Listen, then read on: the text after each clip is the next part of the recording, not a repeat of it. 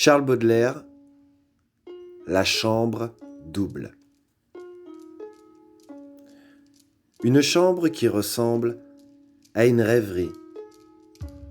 Une chambre véritablement spirituelle, où l'atmosphère stagnante est légèrement teintée de rose et de bleu. L'âme y prend un bain de paresse, aromatisée par le regret et le désir.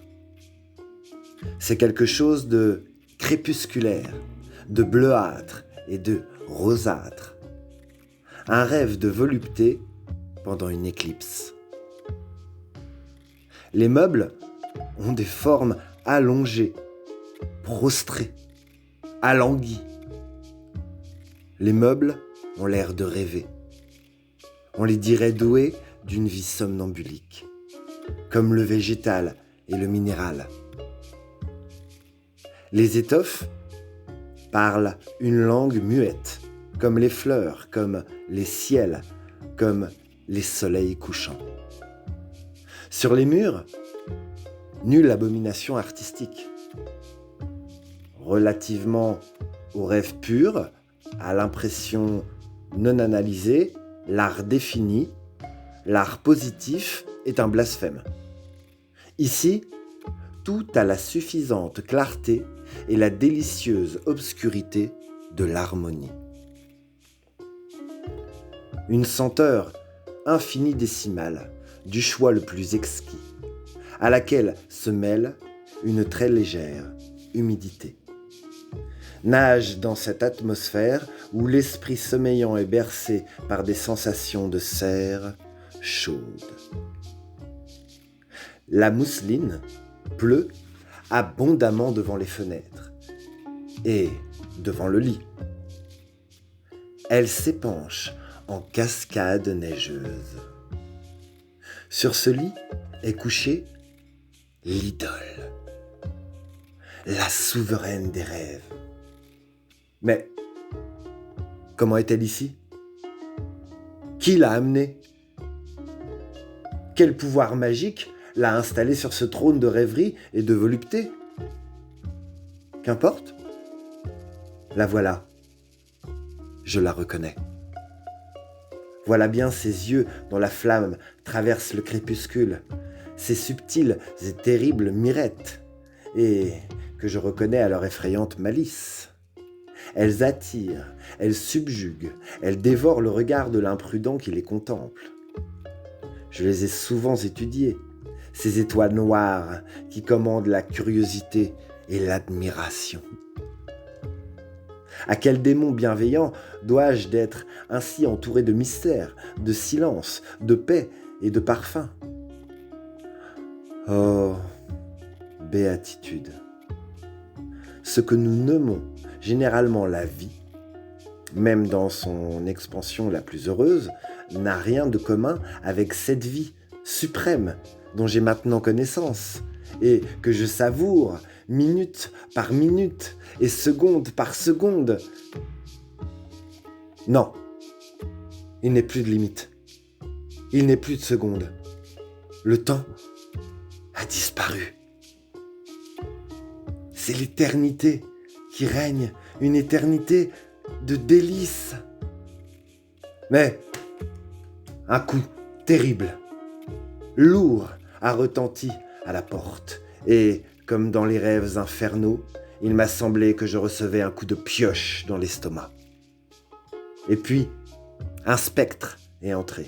C'est un huissier qui vient me torturer au nom de la loi, une infâme concubine qui vient crier misère et ajouter les trivialités de sa vie aux douleurs de la mienne, ou bien le saute-ruisseau d'un directeur de journal qui réclame la suite du manuscrit.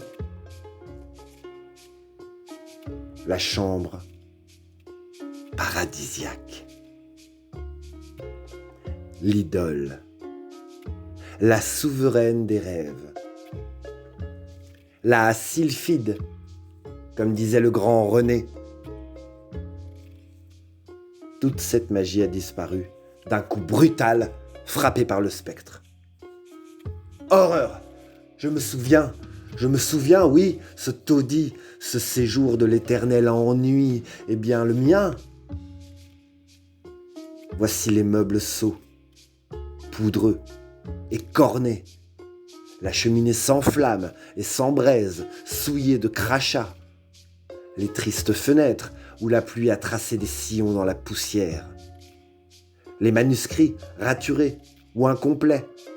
L'almanach où le crayon a marqué les dates sinistres. Et ce parfum d'un autre monde dont je m'enivrais avec une sensibilité perfectionnée.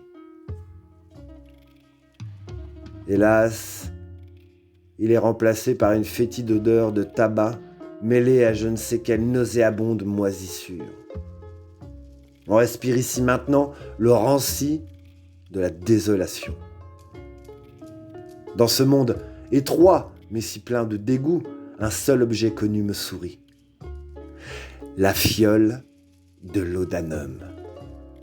Une vieille et terrible amie, comme toutes les amies, hélas, féconde en caresses et en traîtrise. Oh oui, le temps a reparu. Le temps règne en souverain maintenant. Avec le hideux vieillard est revenu tout son démoniaque cortège de souvenirs, de regrets, de spasmes, de peurs, d'angoisses, de cauchemars, de colère et de névrose.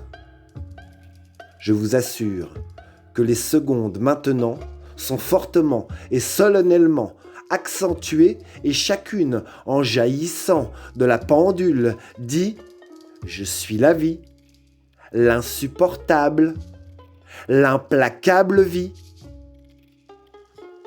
Il n'y a qu'une seconde dans la vie humaine qui ait mission d'annoncer une bonne nouvelle.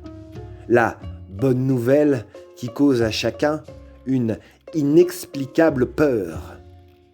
Oui, le temps règne. Il a repris sa brutale dictature. Et il me pousse comme si j'étais un bœuf avec son double aiguillon. Eh, hu donc, bourrique! Su donc, esclave! Vis donc, damné!